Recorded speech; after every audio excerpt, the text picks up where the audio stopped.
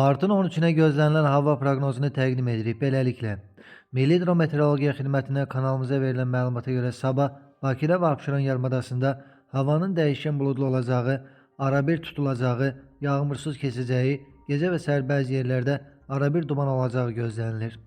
Mülayim cənub-şərq küləyi əsəcək. Temperatur gecə 3-7, gündüz 13-18 dərəcə isti, atmosfer təzyiqi 765 mm civə sütunu, nisbi rütubət isə 60-65% proqnozlaşdırılır.